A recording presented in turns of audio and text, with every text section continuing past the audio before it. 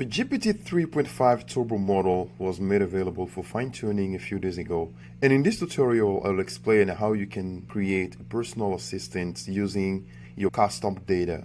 The dataset that I will be using is the Yahoo question answering dataset. It has two main columns, the question column and the answer column. Let's get back to the notebook. And the first thing to do is to install the dataset package, which is used to download dataset from Hugging Face. As you can see here, the dataset is available on Hugging Face. After this package is installed, we import from dataset the load dataset function. We provide the name of the dataset we're interested in and only taking the training set.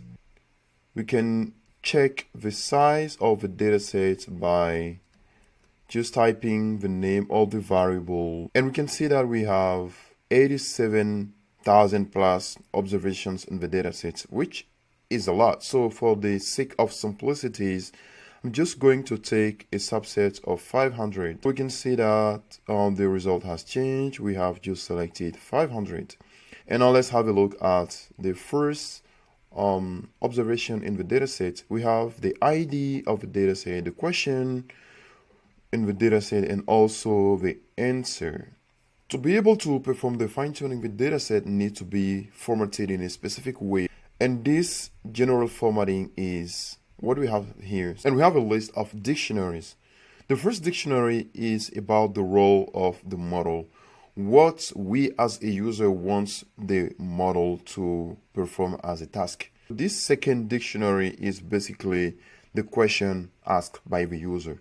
And finally, the last dictionary is the result provided by the assistant to the question given by the user. This is the formatting helper function that I have created. We have the input data, and the formatted data is going to be arranged as follows. We have the role of the system and the content. You are the Yahoo platform's user assistant. Please reply users' answer using polite and respectful language. And now we have the role of the user, contents, the user's question. This is the response within the training dataset. And finally, we shuffle the dataset, the formatted dataset, and return the result. And here's where we are running the formatting and just show the first observation in the formatted data. And we can see that the role, system, contents, you are the Yahoo platform, user assistant, The role is, here's the question of the user, and the response is all the planets were named for Roman gods, and so on and so forth. So this is the general format of all the questions in the entire dataset. Now the next step is to split the formatted dataset into training and validation data. To do so, I'm using 70% of the raw dataset for training and the remaining for validation. So 70% of 500 is 350, and training dataset is the formatted dataset by taking the corresponding size, and validation data is the remaining dataset. After printing the dataset, we can see that we have in the training 350 and the validation size is 150. Now what we need to do is to save this data into a JSON file, which is then pushed to OpenAI platform. And this is done using the save data function. This save data just takes the dictionary data, which is the one here, and also the file name that we want to give that data set, and it's just going to dump that file into the current location. And now let's save that data set, those two data sets, the training data and also the validation data, and we can see that we have both the training data JSON and the validation data JSON. And now it's the time to push that data into OpenAI. And after installing OpenAI library, now we can import OpenAI modules. And here you just provide your own key, your own OpenAI key to run the analysis. And here is a function to upload the fine-tuned training data. What I mean by fine-tuned training data is these two JSON files created above. And this function is going to upload those two files into your OpenAI account. And we need to specify the purpose is fine-tuning. And now we return the uploaded file. And I've done that for both the training and for the validation. After uploading the training dataset, and the status is uploaded, meaning that the data was successfully uploaded. And now just provide the ID of the training dataset, which is going to be useful for fine-tuning the model in the next steps. And similarly for the validation data, and these IDs are important for fine-tuning process. For the fine-tuning, we need three main things: the model name, the training ID, and the validation ID.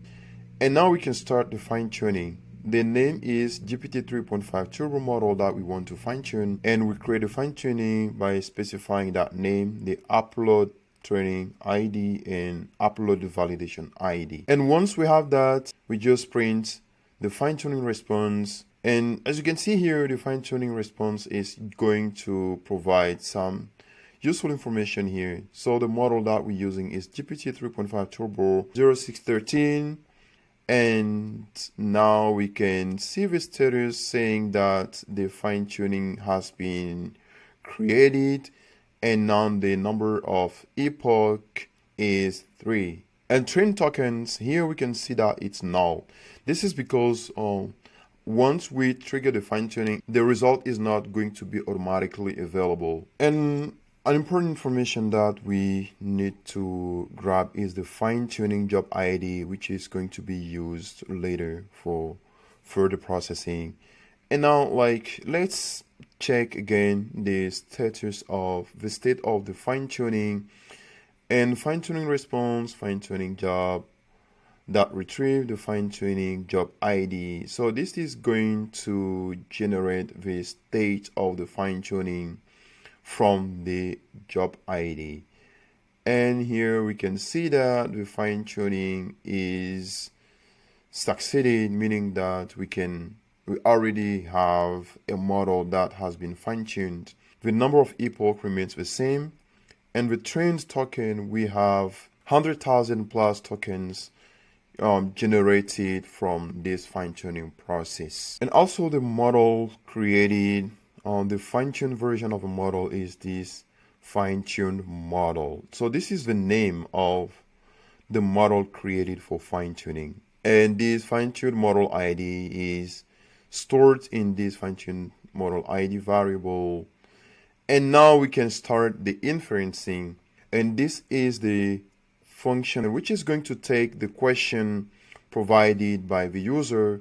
The model ID is the ID of the model that we want to use, and in the body of the function we specify the same schema that we have initially mentioned, the role which is the system role, and basically providing the same information. This one does not change. And now we need the second dictionary, which is the question provided by the user. Once we have this structure, now we can start the inferencing by using the chat completion that creates model ID and the message that we want the answer from. And finally, we retrieve the response using the choice first value and get the message. And now we return the response content. Let's say that I have this question: which internet browser is the best, and tell me why. And the first model that I'm using is my fine-tuned model. So let's see what is going to provide in terms of response, and print the response here. So as you can see, the response is all Mozillas are good, and one good browser, and so on. So we can see that the result seems convincing. Let's see what the original GPT 3.5 Turbo model is going to give in terms of response. And once again, run response equal answer question. and now print the results. Okay, now we have the result. The best internet browser depends on the personal preferences and individual needs and so on. And by reading this result, we can see that, oh, this is also a valid response. The same way as you can see here, this one is also a valid response. And we can conclude that our model is, fine-tuned model is doing good.